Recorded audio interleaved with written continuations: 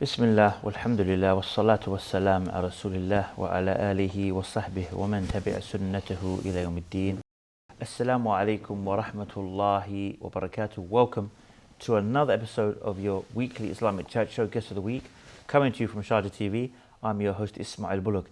And we continue in our Ramadan episodes, and today we want to focus on the verse that talks about the ultimate purpose and reason behind Ramadan. And to do that with me and to explain that, inshallah, and the whole points behind this, inshallah, is Ustad Rahman Hassan. Assalamu alaikum. Wa alaikum assalam wa rahmatullahi wa barakatuh. So as I mentioned, we're going to talk today and we're going to build upon and explain the main reason why we fast. Sure, it has health, it's good for your health. Detox, we hear about this, of course, no doubt. And we know it gives you empathy for those less fortunate.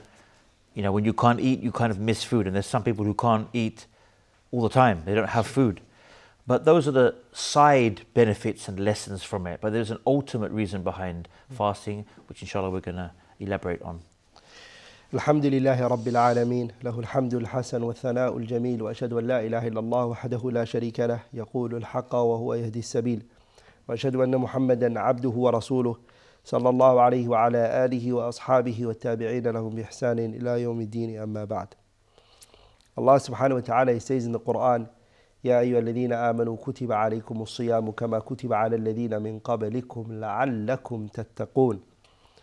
So in this verse, Allah mentions subhanahu wa ta'ala the reason why He prescribed fasting onto us, why He made it obligatory that we fast. He says لعلكم تتقون. So it's piety. The purpose and the hadaf and the ghaya for fasting in Ramadan is to gain taqwa from it. Now this is important because a lot of people fast Ramadan, they do it because they want to lose weight. They're out of shape. So they'll say to you, when Ramadan comes, alhamdulillah, I generally lose 2-3 kg. This is a problem if that's your goal. If that happens as you're trying to attain taqwa and you lose weight, no problem. Just like if a person walking to the masjid loses weight from walking to the masjid, that's a good thing, there's no problem with that. But the hadaf and the ghaya that you should look for in every act of worship is to get closer to Allah tabaraka wa ta'ala. Not that you look at the salah as a form of exercise and you say it's good for your joints, it's good for this and it's good for cardio and whatnot. That's not why salah was sanctioned and that's not why fasting was sanctioned, so you lose weight. But if that happens, that's a blessing upon a blessing. No. Or some health benefits come from it. That's a blessing again on a blessing. Like we have to understand that the asl and the hadaf of every act of worship is to get closer to Allah in order to get Jannah and to distance us from the hellfire, subhanahu wa ta'ala. So here, inshallah ta'ala, in this binillahi majlis, I want us, inshallah ta'ala, together, me and Ismail, to unpackage together the concept of a taqwa, what it means, taqwa, its reality, the station of the people of taqwa, how Allah spoke about the people of taqwa, and etc. Because that is the hadaf, so that we need to know what it is. لَعَلَّكُمْ تَتَّقُونَ. Some people might say, I don't know what taqwa means, or what it is reality. There are many definitions that are given for taqwa. There's a definition of Talq ibn Habib, and that one Ibn Qayyim, and many other great scholars, they praised it and they spoke highly of it. But the one I want to give is the one of Ali ibn Abi Talib. Ali ibn Abi Talib, he said, التقوى, it means الخوف من الجليل والعمل بالتنزيل والرضا بالقليل واستعداد ليوم الرحيل. Ali ibn Abi Talib, a noble companion, he said, what taqwa means is الخوف من الجليل, is to fear Allah subhanahu wa ta'ala.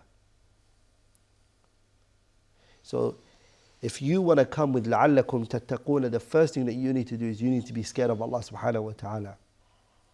Allah speaks greatly of people who have khashya and fear and they're scared. إِنَّهُمْ كَانُوا يُسَارِعُونَ فِي الْخَيْرَاتِ وَيَدْعُونَنَا رَغَبًا وَرَهَبًا وَكَانُوا لَنَا خَاشِعِينَ. Allah is talking about great prophets, and then He mentions what they used to do is they used to be scared of us and they used to hope from us. وَكَانُوا لَنَا خَاشِعِينَ.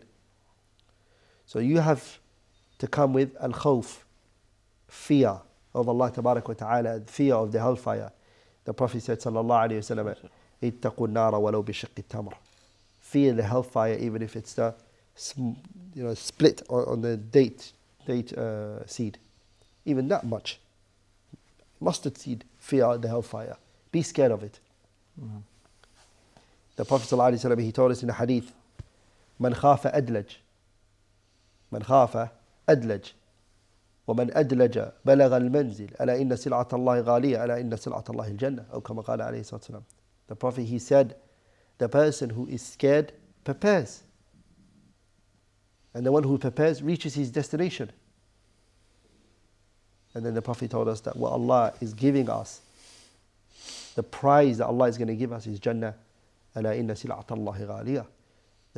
What Allah is going to give us the day of judgment is something very worthy. It's cost a lot. So the beginning of the hadith says, Man khafa adlaj. Anyone who's scared takes precautions. You take shield and you put the armor on. You don't just open yourself for any attack. You get scared, so you start working. So anyone who's scared of the hellfire and anyone who's scared of Allah Ta'ala prepares. Something else, because you said protection, it reminds me of another definition that was given, that taqwa is like someone who's walking down a thorny path. So if you walk, imagine you're barefoot and you're walking down this path that's full of thorns. You're going to tread very carefully and think about every step and every decision that you make. So you don't get pricked by one of these thorns. And subhanAllah, that's amazing, because if we, and this is to myself before anyone, if we try to implement in our life this idea, life is a path with thorns on it. So it can be a safe path, it can be, but if you go slightly left or right, you don't make the right decision, you rush, you're hasty, you don't watch what you're doing, you're going to get pricked. And that's our life. If we don't tread very carefully, we're going to fall into error, we're going to fall into sin, we're going to fall into things that could result in punishment. So subhanAllah, like you said, it's really taking precaution. And even the other day, I mentioned I was traveling. I went to another country, and there was like fruit tree, there was like pomegranates, there was apples, there was oranges, all types of fruits. Just my jaw dropped. It was beauty. Now we're making the viewers hungry if they're fasting. And then on top of that, there was this poisonous tree. SubhanAllah. I literally, if you don't know this is a problem, you just think it's like any other tree. Take something and then you're sick, You're sick from it. But then I was told this tree is not the one you eat from. So they always cut it down and you have to know, you can't be fooled by what you see. It looked yellow and it was like the rest of the fruits, and I was like, wow, it looks all beautiful. You can have this fruit, so you can have that fruit, you can have that fruit. But the one who knows to be careful. Don't eat from this tree, eat from that tree. And that's the dunya, as you mentioned, sah. So the first one is you have to be very scared. Now we're living at a time where people don't care, I don't care. They don't care. الخوف من الجليل والعمل بالتنزيل. The second one is that you act upon the revelation, the Quran and the Sunnah. That's the revelation. فسنة النبي وحي ثان عليهما قد أطلق الوحيان وإنما طريقها الرواية فافتقر الراوي إلى الدراية بصحة المروي عن رسول ليعلم المردود من مقبول لا سيما عند التظاهر الفتن ولبس إفك المحدثين بالسنن فقام عند ذلك الأئمة بخدمة الدين ونصح الأمة فبينوا صحيحها من مفترى حتى صفت نقية كما ترى. So he mentions that the Sunnah is a second form of revelation. Just like Allah said in the Quran, وَالنَّجْمِ إِذَا هَوَى مَا ضَلَّ صَاحِبُكُمْ وَمَا غَوَى وَمَا يَنطِقُ عَنِ الْهَوَى إِنْ هُوَ إِلَّا وَحْيٌ يُوحَى. So it's the revelation the Sunnah is a revelation from Allah Tabaraka wa Ta'ala. So you follow the Quran and the Sunnah. That's what Allah said in an ayah, وَمَنْ يُطِعِ اللَّهَ وَرَسُولَهُ وَيَخْشَى اللَّهَ وَيَتَّقِهِ فَأُولَٰئِكَ هُمُ الْفَائِزُونَ. So the one who obeys Allah and obeys the Messenger sallallahu alaihi wasallam, and he comes with taqwa. So the obedience of Allah Tabaraka wa Ta'ala and taqwa are mentioned together. So Ali ibn Abi Talib, that's where he got it from it. وَالْعَمَلُ بِالتَّنزِيلِ. To have what? Follow the Quran and the Sunnah. Wallahi, any disagreement, any discord, any issues that you find that happens between people, if the Quran and the Sunnah is abandoned and it's left, you will realize any khilaf, any disagreement between a child and his parents, or between siblings, or between neighbors, or between friends, or colleagues, whatever it may be, you will realize that this disagreement that pushed them both away, there is some disobedience of Allah in it that made it happen. But if Allah and His religion was acted upon in every matter, then there wouldn't be all of this. That's why Allah Tabarak wa Ta'ala, He told us, وَمَا اخْتَلَفْتُمْ فِيهِ مِنْ شَيْءٍ فَحُكْمُهُ إِلَى اللَّهِ. No. That there is nothing you and I come together, we disagree on, except the ruling is with Allah Tabarak wa Ta'ala. فَحُكْمُهُ إِلَى اللَّهِ. Allah also says, فَإِن تَنَازَعْتُمْ فِي شَيْءٍ فَرُدُّوهُ إِلَى اللَّهِ وَالرَّسُولِ إِن كُنتُمْ تُؤْمِنُونَ بِاللَّهِ وَالْيَوْمِ الْآخِرِ ذَلِكَ خَيْرٌ وَأَحْسَنُ تَأْوِيلًا. So the second thing that taqwa is what? To go back to the Quran and Sunnah. Every disagreement. فَلَا وَرَبِّكَ لَا يُؤْمِنُونَ حَتَّى يُحَكِّمُوكَ فِيمَا شَجَرَ بَيْنَهُمْ ثُمَّ لَا يَجِدُوا فِي أَنفُسِهِمْ حَرَجًا مِمَّا قَضَيْتَ وَيُسَلِّمُوا تَسْلِيمًا. The ayah says that they're not true believers. فَلَا وَرَبِّكَ لَا يُؤْمِنُونَ. For verily they are not true believers. حَتَّى يُحَكِّمُوكَ فِيمَا شَجَرَ بَيْنَهُمْ. Until they make you the judgment in everything, in every matter. ثُمَّ لَا يَجِدُوا فِي أَنفُسِهِمْ حَرَجًا مِمَّا قَضَيْتَ وَيُسَلِّمُوا تَسْلِيمًا. And in their hearts they do not find any what? They're not displeasure or disagreement. They love what Allah and His Messenger have judged. Also Allah Tabarak wa Ta'ala, He says in another ayah, وَمَا كَانَ لِمُؤْمِنٍ وَلَا مُؤْمِنَةٍ إِذَا قَضَى اللَّهُ وَرَسُولُهُ أَمْرًا أَن يَكُونَ لَهُمُ الْخِيرَةُ مِنْ أَمْرِهِمْ. That after Allah and His Messenger pass a judgment in a matter, there's nothing open for you and me after that. إنما كان قول المؤمنين إذا دعوا إلى الله ورسوله ليحكم بينهم أن يقولوا سمعنا وأطعنا وأولئك هم المفلحون. Nothing else. I hear and I obey. So the thing that all of us need to understand is that taqwa to attain in Ramadan is that everything Allah and His Messenger sanctioned, you do. Everything Allah and His Messenger told you not to, you don't do. So then stay away from matters of innovation. Matters that go against the Book of Allah and the Sunnah. Matters that go... Number 3. Point number 3 is العمل بالتنزيل والرضا بالقليل. Contentment. القناعة. Contentment means whatever Allah gives you subhanahu wa ta'ala, you're happy with it. And that you know whatever is written for you will come to you. And whatever is not written for you will not come to you. That's why the hadith of the Prophet ﷺ, hadith ibn Abbas, في جامع الترمذي, احفظ الله يحفظك احفظ الله تجده تجاهك إذا سألت فاسأل الله وإذا استعنت فاستعن بالله واعلم أن الأمة لو اجتمعوا على أن ينفعوك بشيء لم ينفعوك إلا بشيء قد كتبه الله لك وإن اجتمعوا على أن يضروك بشيء لم يضروك إلا بشيء قد كتبه الله لك رفعت الأقلام وجفت الصحف. For that translation, we'll have to continue after the break, inshallah. Inshallah ta'ala. Join us after this short break.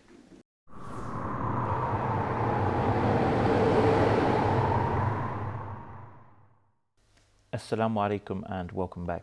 Now, just before the break, you mentioned that hadith, so inshallah we can explain that now in English. So the hadith of Abbas radiallahu ta'ala anhuma, he mentions that, and the part I want from the hadith is that if all the people come together and they come to benefit you something, it wasn't written for you, unless Allah tabarak wa ta'ala wants it. They cannot benefit you unless Allah wants it to be beneficial for you. And if they all come together to harm you in a matter, if Allah hasn't written it for you, subhanahu wa ta'ala, they can never do it. So the benefit that you want and the harm that you want is بيد من؟ بيد الله عز وجل. قل اللهم مالك الملك تؤتي الملك من تشاء وتنزع الملك ممن تشاء وتعز من تشاء وتذل من تشاء بيدك الخير إنك على كل شيء قدير. All of this is who had? Allah subhanahu wa ta'ala.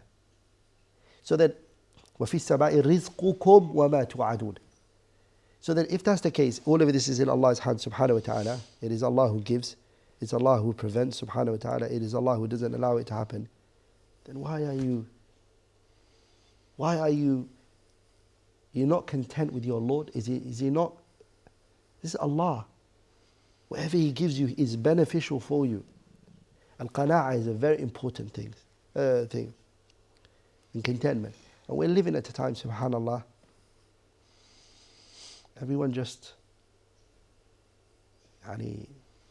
wants whatever else they see there. And then they don't see all the good that you have here. You can't see it.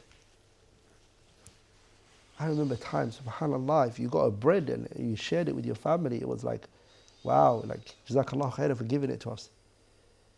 But now it's more like, you only gave us bread? Like, that's all you're giving us? So al-qana'a, contentment. And if you gain this quality of contentment, Shaykh, wallahi, your life and the life of the people around you will be very good. That's why the scholar said, ارضي بما قسم الله لك تكن أغنى الناس. ارضي بما قسم الله لك. Be pleased with what Allah has, the peace Allah has chosen for you. What are you going to be? تكن أغنى الناس. You're going to be the richest person on this earth. الرضا بالقليل is something very big, Shaykh. The fourth one is واستعداد ليوم الرحيل. To prepare for the day of departure. To prepare for the day you're going to meet Allah subhanahu wa ta'ala. في عرصات يوم القيامة, you're going to stand in front of Him to prepare for that day. You don't know when that day is coming. Last night, I was thinking of my life and the things I did. And I now see young brothers who were very young at that time, now grown up. And it makes me understand all of that age. I look how fast my kids are growing.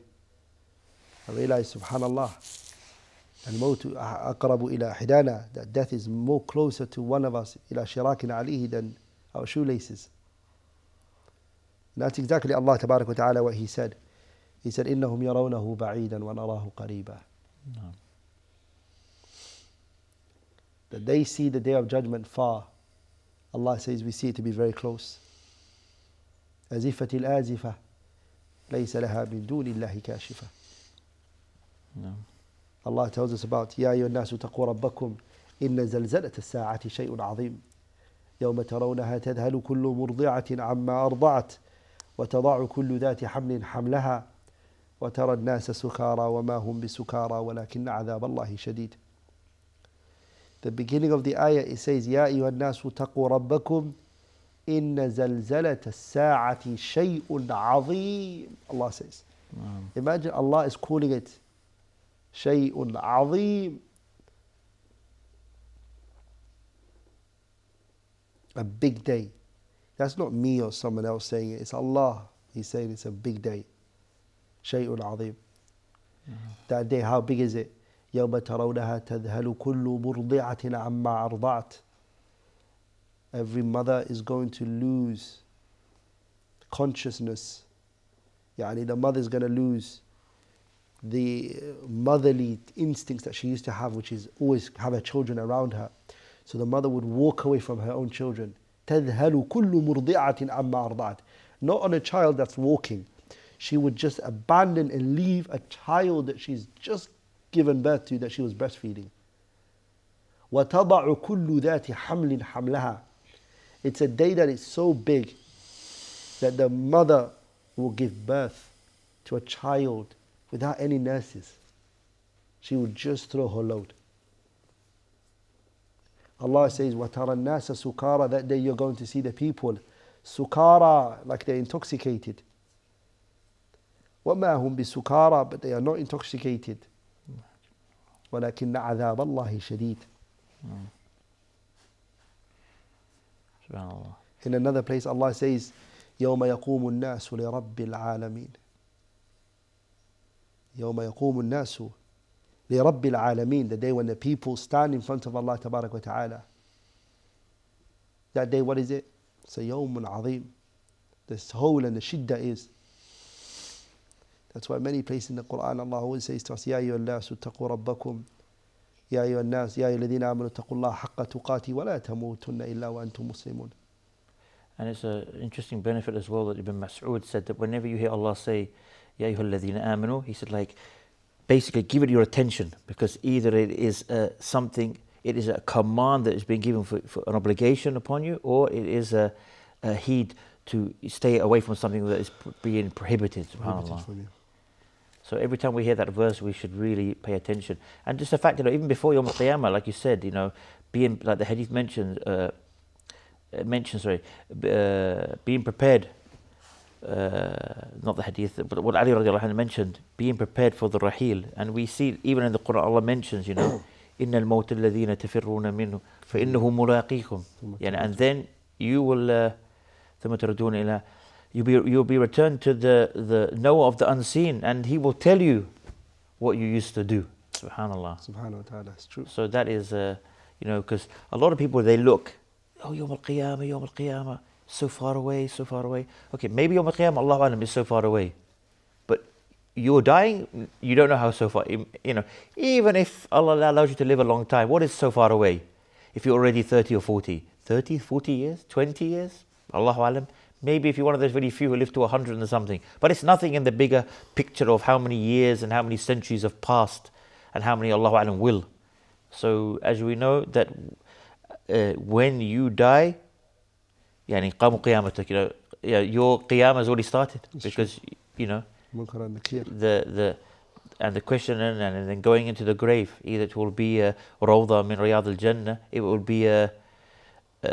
be garden from the gardens of Jannah, or it will be from a fire from the fires of the hellfire. Subhanallah. That's what Allah said, وَجَاءَتْ سَكْرَةُ الْمَوْتِ بِالْحَقِّ ذَلِكَ مَا كُنْتَ مِنْهُ تَحِيدٌ. Death and its agony has now come. It is something that you used to run away from. Tahid, you avoided it. You didn't want to talk about it. لأن the qa'idah that the scholars mention, or the point that the scholars mention, is that ما ذكر الموت في مجلس إلا ضيقه. يعني ما ذكر الموت في ضيق إلا ضيقه. يعني there's not a gathering which death is mentioned or it's spoken about. إلا ضيقه, it makes it the mood changes. Yeah. And that's why you see the scholars as well, they say, like, when someone's given like a khutbah for marriage or something, they shouldn't talk about death. That's true. Because it's naturally an uncomfortable thing, and this is a time of happiness. Yes, that's true. It's true. I actually do remember somebody who did that, who brought ayat of death, and he was like, why is it wrong? Of course it's wrong. You can't. That's why even in the dua, when you ask Allah tabarak wa ta'ala, for Jannah, you don't, Allahumma adkhilni jannati ya shadid al-iqab. The munasabah is very important that you look at. Sahih. But the preparation for the Day of Judgment, استعداد اليوم الرحيل. A preparation means that you know about the day and what awaits you. Today, if you look at it, the people, the way that we look at them is any individual who has worked hard, invested in the right places, he's got nice houses, and all of that. Sheikh Ismail, we say, wow, this person's smart. They prepared, the times we were not. I remember a time there was an investment door that opened. It was like one time. We heard about it maybe a few years later, but it was open. And the first people that came in, today, Sheikh, are considered millionaires. So some of the people who invested that time were telling me, like, they told so many people to invest, but they didn't invest. So then they were like, we invested. The people who didn't invest, they thought this, no. Can we do it now? And now it's like, you either have to buy it from me for a higher rate, or, I'm sorry, it's taken, it's all finished. What you don't want to be one of those people who say, Ya laytani qaddamtu li hayati, like, I wish I had put forward these deeds in my lifetime. So you don't want to be like those people, when in reality that's nothing. They're gonna be, I could have been a millionaire, but they're gonna live. But what about when you on the Yawm al-Qiyamah, khalas, there's no time to go back. That's why people will say, Rabbi rji'u'na, send me back. لعلي أعمل صالحا فيما تركت. It's true. And this is, we're talking about preparing for, Raheel, leaving. This is Ramadan. This is the time that you can start the preparation. This is the time where this is one of the best places to prepare. Is now in Ramadan. It's true. And if you don't change now and you don't rectify yourself now, then the question is, when are you going to do it? Well, I always worry that, because the Prophet ﷺ, he said in a hadith, talking about our deeds, he said, إِنَّمَا الْأَعْمَالُ بِالْخَوَاتِيمِ. The actions are all based on your last moments. So how is our last moments going to be? How are we going to be when we stand in front of Allah Tabarak wa Ta'ala? It's scary. Think about yourself leaving this world and being in that dark, dark grave by yourself. No one's there with you. Your wife and your children, everyone goes. You now have to deal with Allah directly by yourself. The one who knows everything you did. يَعْلَمُ خَائِنَةَ الْأَعْيُنِ وَمَا تُخْفِي الصُّدُورِ. He knows you very well. So preparation for that day is very important and very vital. Allah Tabarak wa Ta'ala, He mentioned in many places in the Quran that Jannah is for those people who came with taqwa. وَإِن مِّنكُمْ إِلَّا وَارِدُهَا كَانَ عَلَى رَبِّكَ حَتْمًا مَقَضِيًّا ثُمَّ نُنَجِّي الَّذِينَ اتَّقَوْا وَنَذَرُ الظَّالِمِينَ فِيهَا جِثِيًّا. Allah tells us that the Sirat, on top of it is a bridge. And the people who go over that bridge are going to be, some people going to fall into the hellfire and some are not going to make it, some are going to not. They're going to go over the bridge safely. Allah says, وَإِن مِّنكُمْ إِلَّا وَارِدُهَا كَانَ عَلَى رَبِّكَ حَتْمًا مَقَضِيًّا. Who are the people going to be saved? ثُمَّ نُنَجِّي الَّذِينَ اتَّقَوْا. Also Allah told us that Jannah is going to be for the people of taqwa. Allah says, تِلْكَ الْجَنَّةُ الَّتِي نُورِثُ مِنْ عِبَادِنَا مَنْ كَانَ تَقِيًّا. Can I hold you on that point? Because we have to go for a break. Join us inshallah after the short break.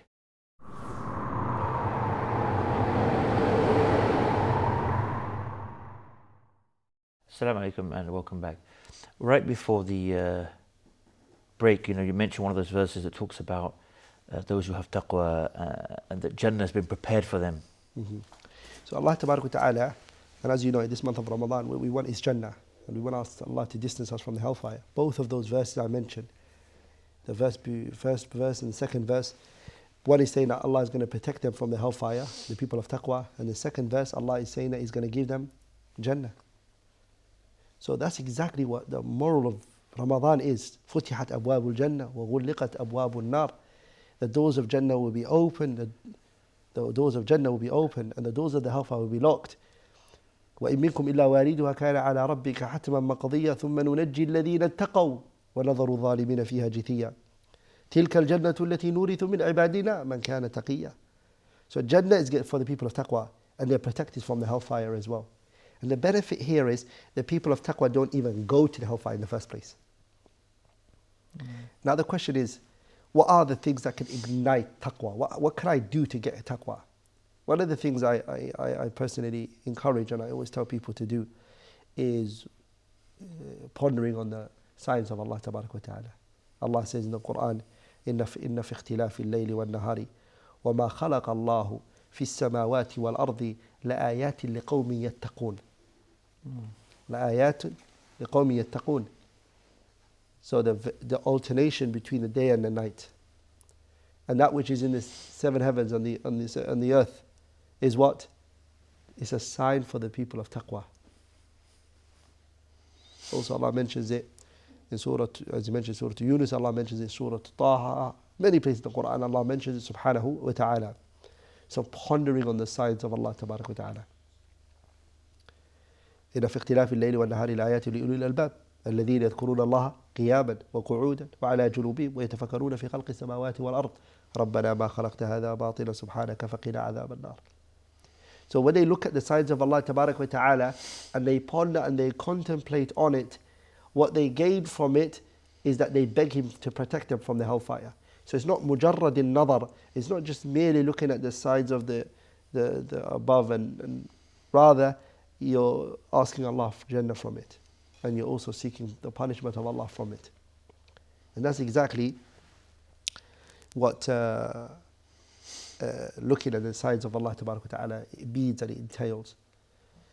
So this is the first thing I encourage us to do in order to attain taqwa and to come with taqwa. Another thing that we need to do is muhasabatun nafs, accountability. Just thinking about what we did, what we said. That's why Allah says, Ya ayyuhan nas, ya ayyuhalladhina amanu taqullaha. Fear Allah tabaraka wa ta'ala. But by doing what? وَلْتَنْظُرْ نَفْسٌ مَا قَدَّمَتْ لِغَدٍ وَاتَّقُوا اللَّهَ. Look at what you did yesterday. What did you say today? How was your interaction with so and so? Was it in accordance to the Sunnah? Was it not? Did you go against the Sharia? Everything, just ponder and contemplate over your speech and your own actions. And every moment you get, ask Allah for forgiveness. Because you're a human being. Allah created you with deficiencies. So your opportunity is rectify your situation now. Now is the month of Ramadan. So use that opportunity to... Also Allah Tabaraka Ta'ala, He says, وَسَارِعُوا إِلَى مَغْفِرَةٍ مِّن رَبِّكُمْ وَجَنَّةٍ عَرْضُهَا السَّمَاوَاتِ وَالْأَرْضُ أُعِدَّتْ لِلْمُتَّقِينَ. Hasten to Allah's forgiveness, subhanahu wa ta'ala. Anything that you know that can bring you close to Allah Tabaraka wa Ta'ala's forgiveness. Anything, أي سبب من أسباب that could reach you to Allah's forgiveness, work towards it. Look what then Allah says after that, الَّذِينَ يُنْفِقُونَ فِي السَّرَّاءِ وَالضَّرَّاءِ وَالْكَاظِمِينَ الْغَيْظَ وَالْعَافِينَ عَنِ النَّاسِ وَاللَّهُ يُحِبُّ الْمُحْسِنِينَ والذين إذا فعلوا فاحشة أو ظلموا أنفسهم ذكروا الله فاستغفروا لذنوبهم ومن يغفر الذنوب إلا الله ولم يصروا على ما فعلوا وهم يعلمون. This is their quality. First of all, الكاظمين الغيظ. الذين ينفقون في السراء والضراء. They give day and night. Privately and publicly, they love to give to help other people. الذين ينفقون في السراء والضراء والكاظمين الغيظ. If they get angry, they withhold their anger.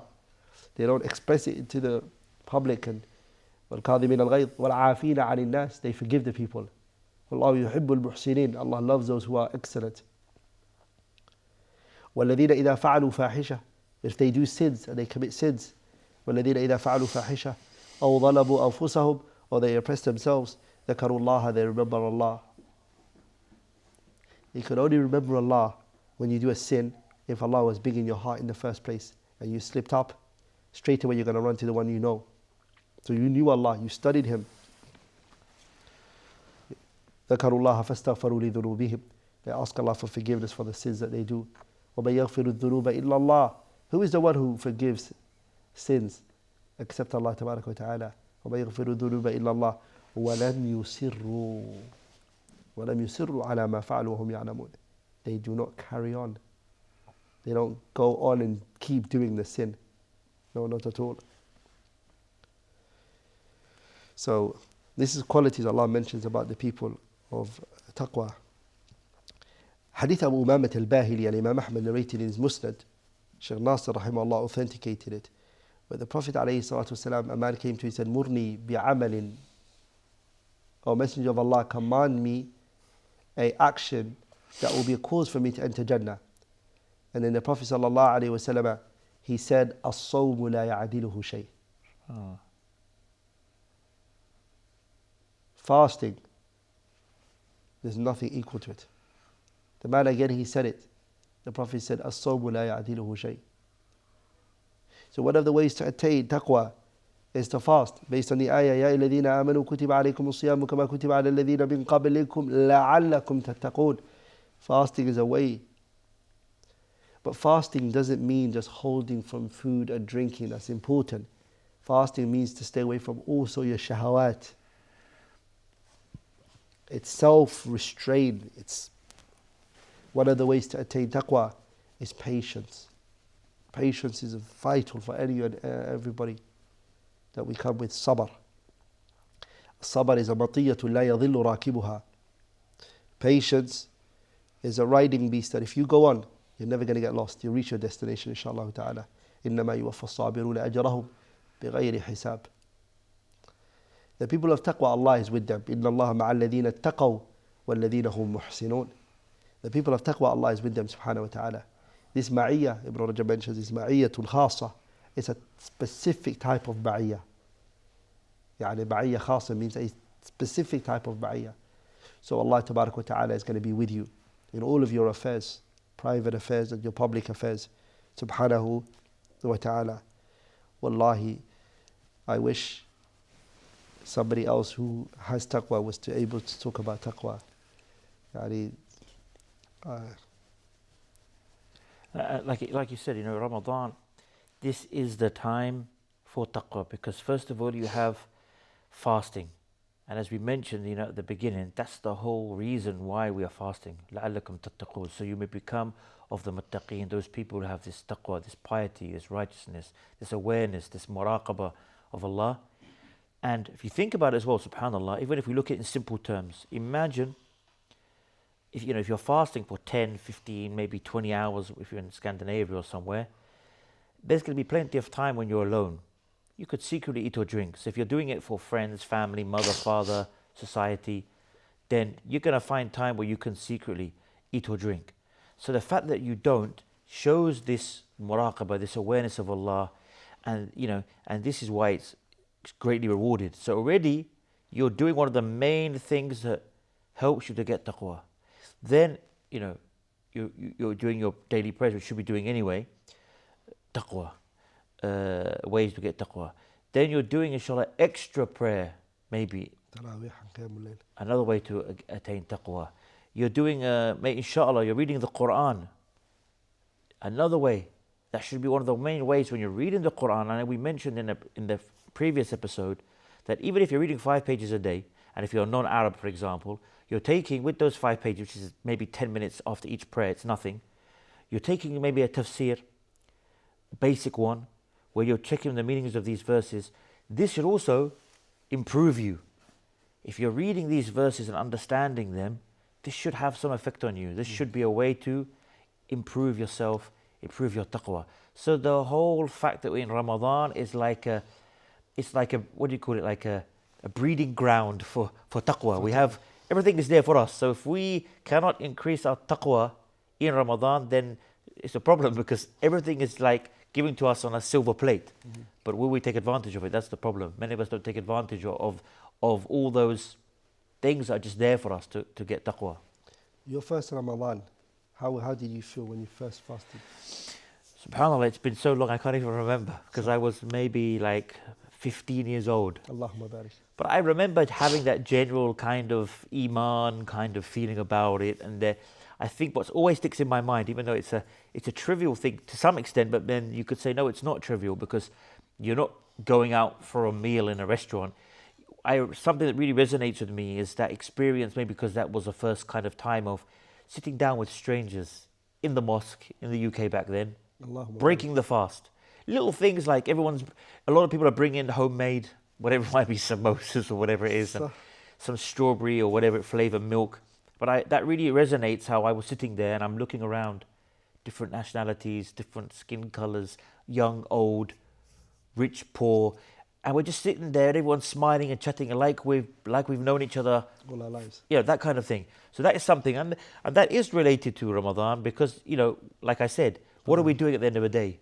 We're not watching a football match. We're there doing an act of worship, and we're also breaking the fast, which is also an act of worship. So this is something I can, it's the part that really resonates in my mind about my early Ramadans, at least. Whether it was the first one or not, I don't remember, but the brotherhood in Islam. It would have definitely been one of the early ones, because then obviously most of my life after that I was here in the UAE. So that one really sticks out to me, because it was a new experience to me. How did you find praying Qiyam al-Layl the night and Taraweeh for the? Again, that was a new experience. Again, that whole thing of everyone coming. I remember I had some of my Muslim school friends, so we'd meet up and we'd go and pray. So that was also a very nice experience, and so many people there as well. So that was definitely something that I really was like, whoa, just like breaking the fast with all these people, and all these people are coming for Taraweeh. So that was definitely interesting, I remember. And that's it. Also, another thing in Ramadan to attain taqwa, as you mentioned, is man qama Ramadana imanan wa ihtisaba. standing up in the last portion of the night, or standing after Isha, Taraweeh, with the Imam. The Prophet said, "Man qama ma'al imami hatta yansarif, kutiba lahu qiyamu laylah." If you pray with the Imam until he finishes, then you're going to be rewarded like you were praying the whole night, even if you go home and you sleep. Yeah. Which is again an important point of an-niyya sadiqah, having a good intention. So you're going to get the reward of praying the whole night with the Imam. It's a taqwa, it's a form of taqwa. Yeah. Also, if you fast Ramadan properly, "Man sama Ramadan imanan wa ihtisaban, ghufira lahu ma taqaddama min dhanbi." Your sins will be forgiven for you. Some other scholars actually said that غُفِرَ لَهُ مَا تَقَدَّمَ مِن ذَنبِهِ, it encompasses the major and the minor. There's a difference of opinion. And Allah's give and His generosity is high. We hope it's all. But that being the case, it just shows you that it's a moment of forgiveness. It's an opportunity, it's a fursa dhahabiyya. Allah subhanahu wa ta'ala has locked the doors of the hellfire, opened the doors of Jannah, chained up the shayateen for you. Who do you have to battle now?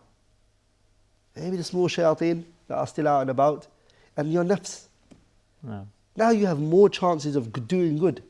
And then that month finishes and you haven't benefited from it as it should be benefited from. There's no one you can blame except yourself. That's why shaitan, the day of judgment, he's got a khutbah he's going to give. It's not a pleasant khutbah. Allah told us in the Quran, وَقَالَ الشَّيْطَانُ لَمَّا قُضِيَ الْأَمْرُ إِنَّ اللَّهَ وَعَدَكُمْ وَعْدَ الْحَقِّ وَوَعَدْتُكُمْ فَأَخْلَفْتُكُمْ وما كان لي عليكم من سلطان إلا أن دعوتكم فاستجبتم لي فلا تلوموني ولوموا أنفسكم ما أنا بمصرخكم وما أنتم بمصرخي إني كفرت بما أشركتموني من قبل إن الظالمين لهم عذاب أليم. I can't do anything. Don't blame me. Blame yourselves. I only whispered. Had no authority over you. I had no authority over you. In Ramadan, he is even more that he didn't have an authority over you because he got locked up. And that's before he can be ending soon, but that is also a sign to you as a person that if you're finding yourself still doing these sins in Ramadan, then you know deep down this excuse of it's not me, it's shaitan, it's this. We know that the worst of the jinn and the shayateen are locked up. It's the small ones. So if the small ones are easily able to whisper to you, for example, and you just go and do it in Ramadan, then you know the problem's you. Yeah, you have something with your nafs. So it's a good wake up call as well. It's a wake up call, isn't it? For people to kind of reflect and say, wow, I'm still doing it in Ramadan. This is me. Don't let me kid myself anymore and always blame shaitan. Maybe I am, to some extent, a bit of a shaitan, I'm being a bit devilish in my ways. It's so true. And this is, wallahi, as I said before, and I always say to myself, it's opportunities, and it's an opportunity. Wallahi, you have no enemy bigger than yourself, to be honest. We'll come to the end of today's show, inshallah, for joining us. Again, another way for us to help make the most of Ramadan. We still have time, Ramadan coming up to the middle mark, end it, inshallah, in great ways. As you mentioned, deeds are judged by how they end, inshallah. Until next time, assalamu alaikum wa rahmatullahi wa barakatuh.